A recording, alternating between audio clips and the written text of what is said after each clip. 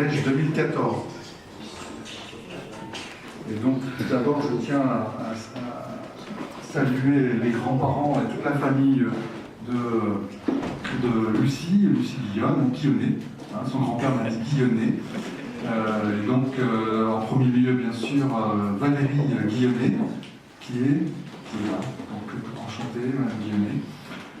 Ses grands-parents, sa famille, ses amis, et aussi le président du comité de la foire, monsieur Christian Lavaux, que je ne présente plus, je pense que vous le connaissez bien. Ainsi que, bien sûr, tous les membres du comité présents.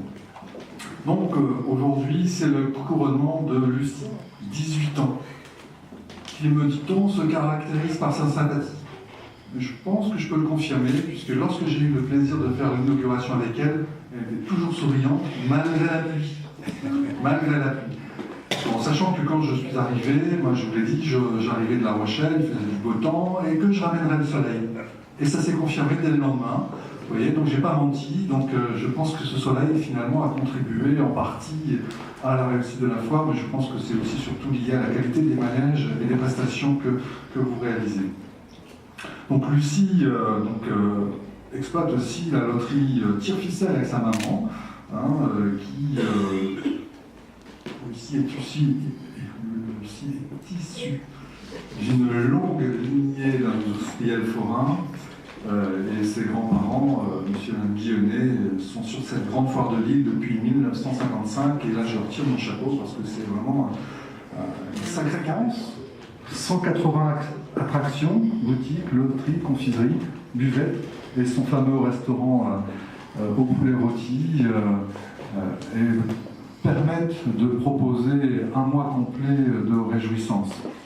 Bonjour à tous déjà, merci à la ville de Lille également de m'accueillir et vous, Monsieur Guyot. Effectivement, c'est la toute première fois que l'établissement français du sang et donc la Lille s'associe à la foire au manège pour organiser une collecte de sang qui aura lieu toute la journée de 10h à 13h et de 15h à 19h.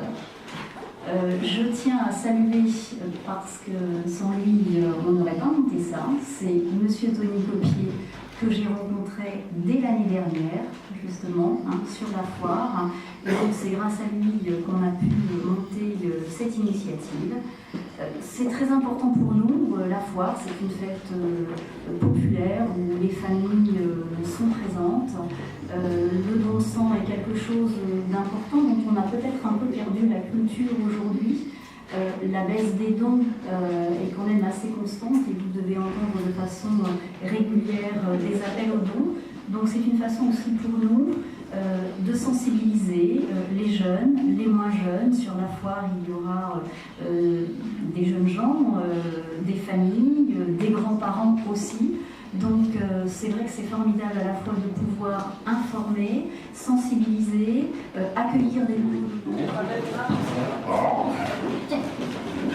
Bon bah moi j'ai pas grand chose à rajouter là-dessus, parce qu'il a tout dit, monsieur l'adjoint.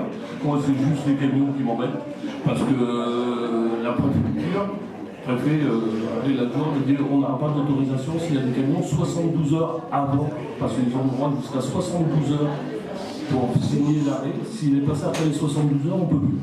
Donc il n'y aura pas de feu. Je suis désolé de vous le dire, pour l'instant il n'y a pas de feu.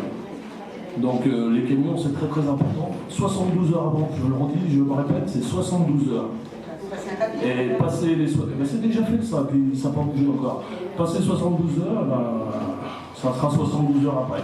Si le papier vendredi, ça sera 72 heures. Sur le champ de la foire, jusqu'au 28 septembre. Eh bien on vous retrouvera, on peut vous retrouver sur la foire. Et vous avez quoi comme métier? Une loterie à tire-ficelle.